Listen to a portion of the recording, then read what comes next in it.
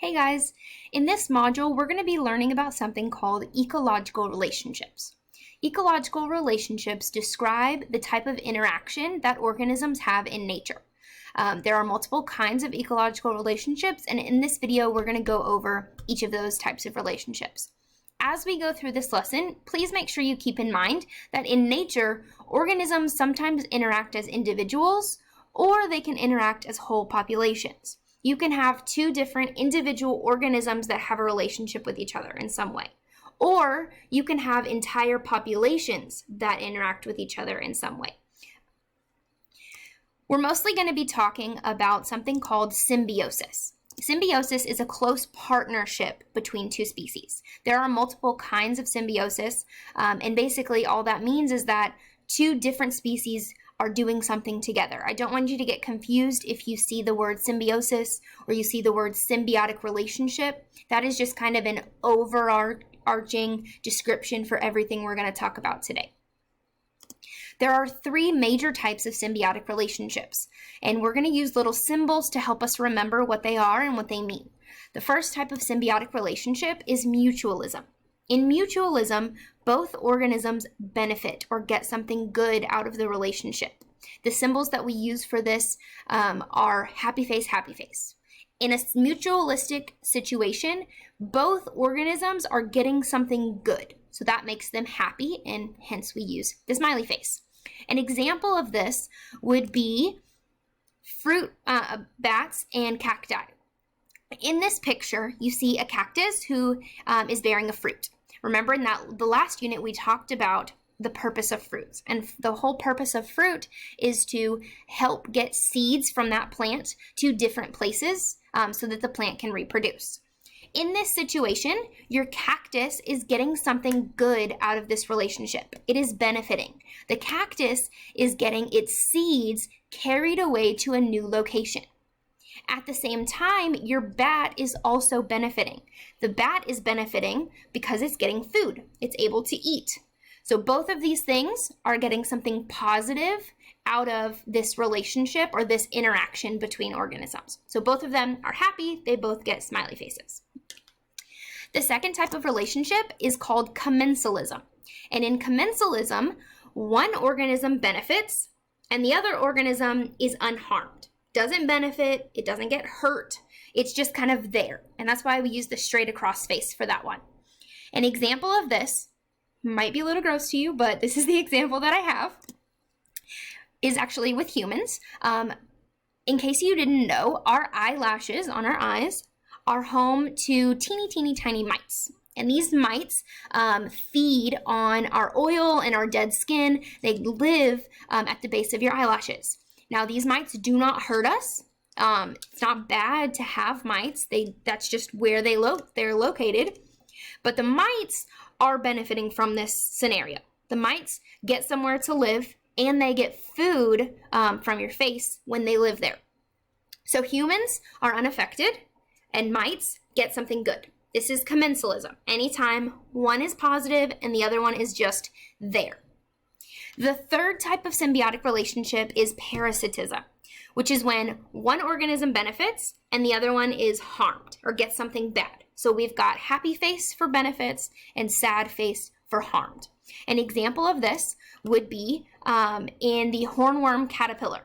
These caterpillars, just a regular caterpillar, little bug that lives in the plants, these caterpillars are typically hosts for what's called the braconid wasp. Basically, this wasp comes up and lands on the caterpillar and lays its eggs on the caterpillar. And the caterpillar is just kind of hanging out, living its life, whatever. As those eggs develop and grow into larvae, the larvae end up feeding on the caterpillar. They eat the caterpillar, basically, from the inside out. So in this situation, your wasp is benefiting. It gets somewhere to lay its eggs, and then those eggs benefit by having a food source. Your caterpillar ends up being harmed, and eventually it is going to die because of this situation. Something bad is happening to the caterpillar because it's getting eaten by those little larvae. So if you have one benefiting and one being harmed, that is parasitism. Now, a lot of times parasitism gets confused with something called predation, which is what we're going to talk about next. Predation occurs when one organism captures and eats another one. In this situation, you do have one organism that's happy, gets fed, and the other organism is very, very sad because it ends up dying. So that's negative. So we have a little happy face and a little dead face for this one. The reason why this gets confused with parasitism is that sometimes when you have a parasite, it can end up killing you. So you can end up dying even though it's parasitism and not predation. The big difference here is that with predation, you are going out and intentionally capturing and eating something. Just because something like the caterpillar we just talked about, just because it died, that doesn't make it predation. Because those larvae didn't go and hunt and capture that caterpillar. They just happened to be there, and then they ended up eating it, and it ended up dying.